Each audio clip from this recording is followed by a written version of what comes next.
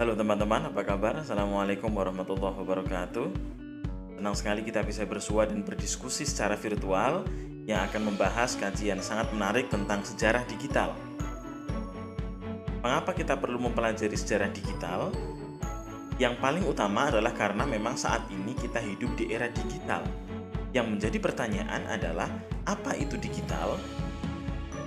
Jika kita mempelajari tentang digital itu adalah sebenarnya serangkaian informasi atau data yang ditransformasikan dalam bilangan biner 1 dan 0 sehingga membentuk kode tertentu. Nah, untuk dapat mengubah dan memanfaatkan kembali informasi yang sudah dalam bentuk kode-kode tertentu, maka dibutuhkanlah perangkat pemrosesan. Oleh karena itu, hal yang berkaitan dengan digital biasanya selalu bersinggungan dengan sistem pengoperasian yang terkomputerisasi.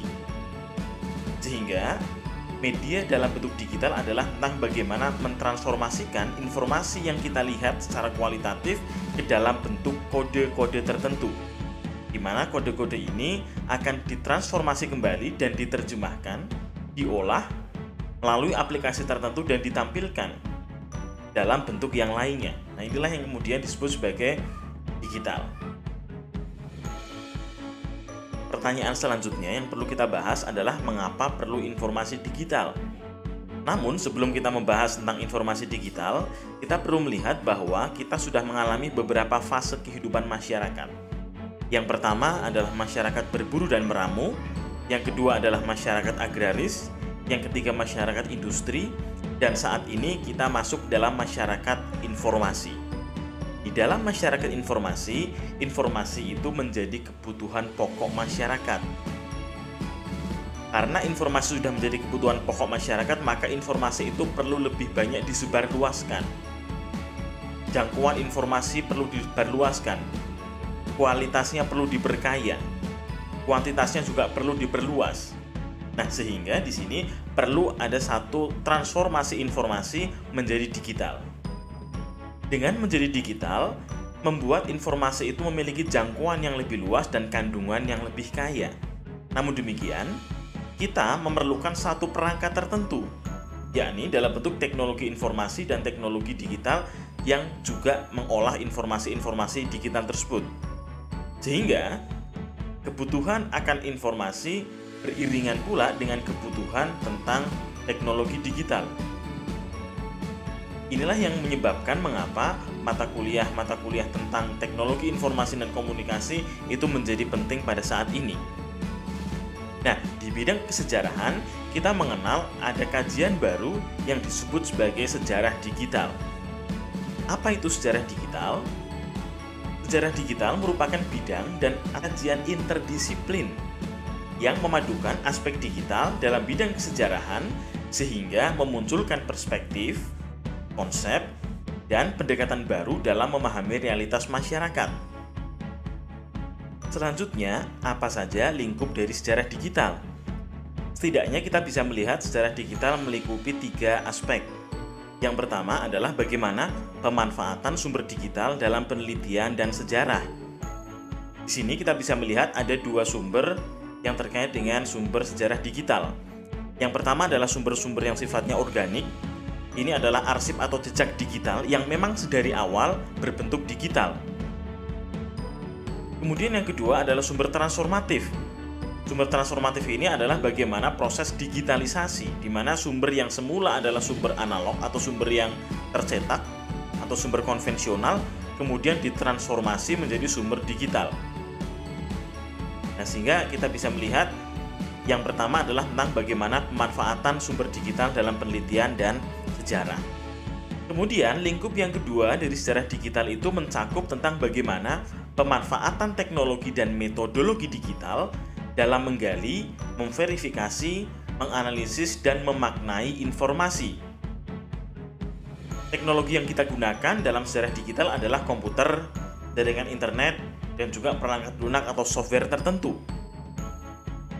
Misalkan dalam proses verifikasi kita ingin melakukan kritik, maka misalkan kita harus menggunakan proses digital forensik misalkan. Ini salah satu penggunaan teknologi yang bisa diintegrasikan dalam bentuk kajian sejarah. Kemudian metodenya, misalkan ada scanning, ada recording, ada crowdsourcing. Crowdsourcing itu adalah tentang bagaimana kita menghimpun pengumpulan informasi atau melakukan kajian sejarah secara kolaboratif dari berbagai macam informasi, dari berbagai macam pelaku.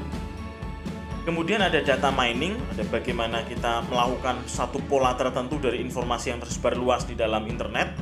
Kemudian ada mapping menggunakan misalkan sistem informasi geografis, kemudian ada network analysis dan sebagainya.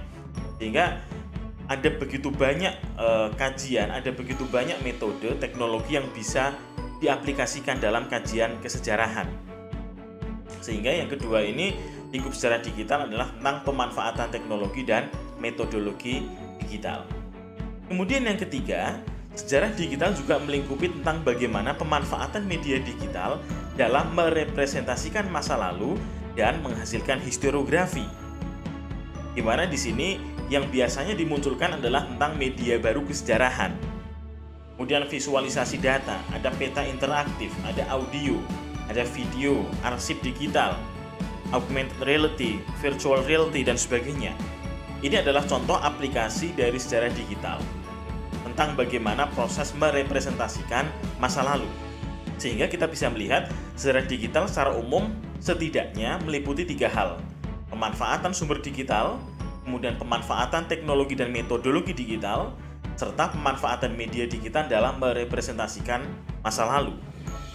Saya akan tampilkan beberapa contoh yang dikembangkan oleh Knight Lab, misalkan tentang interactive timeline, kemudian story map, dan sebagainya. Ini adalah beberapa proyek yang sudah mereka kembangkan, yang tentu saja ini bisa menginspirasi kajian dan kemudian produk-produk sejarah digital untuk kita semuanya. Ini adalah contoh beberapa tampilan dari representasi masa lalu dalam bentuk sejarah digital, dalam bentuk timeline yang sifatnya interaktif. Di sini temanya adalah Women in Computing, artinya bagaimana kita bisa melihat bagaimana peran perempuan dalam dunia ilmu komputer. Kita bisa melihat di sini di bagian bawah ada tahun-tahunnya, kemudian di bagian atas ada informasi-informasi yang menunjang. Jika kita klik ini, maka informasi akan bergeser dan ada informasi-informasi tambahan yang lainnya. Ini adalah contoh dari timeline yang sifatnya interaktif. Di sini juga kita bisa melihat dan mengintegrasikan video-video yang di YouTube, sehingga timeline kita itu benar-benar sangat kaya dengan informasi, bukan hanya garis waktu saja, tapi ada foto, ada video, ada peta, bahkan kita bisa melihat di situ.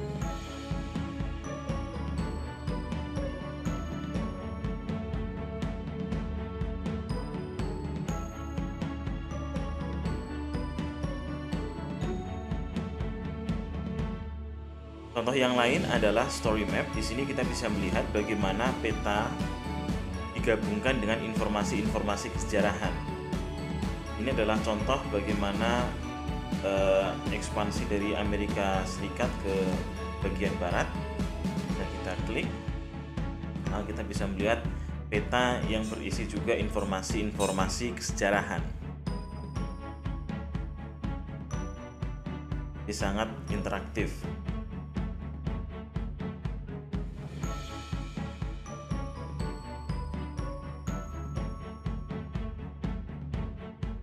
Penggunaan peta yang lain, misalkan kita bisa melihat seperti ini. Ini adalah peta komparatif yang membandingkan bagaimana Capitol Hill di tahun 1949 dan Capitol Hill di tahun 2018.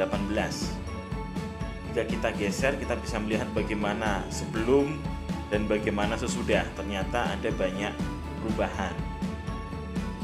Ini sangat menarik juga. Nah, inilah beberapa contoh dari penggunaan sejarah digital dalam historiografi dan pembuatan media baru kesejarahan.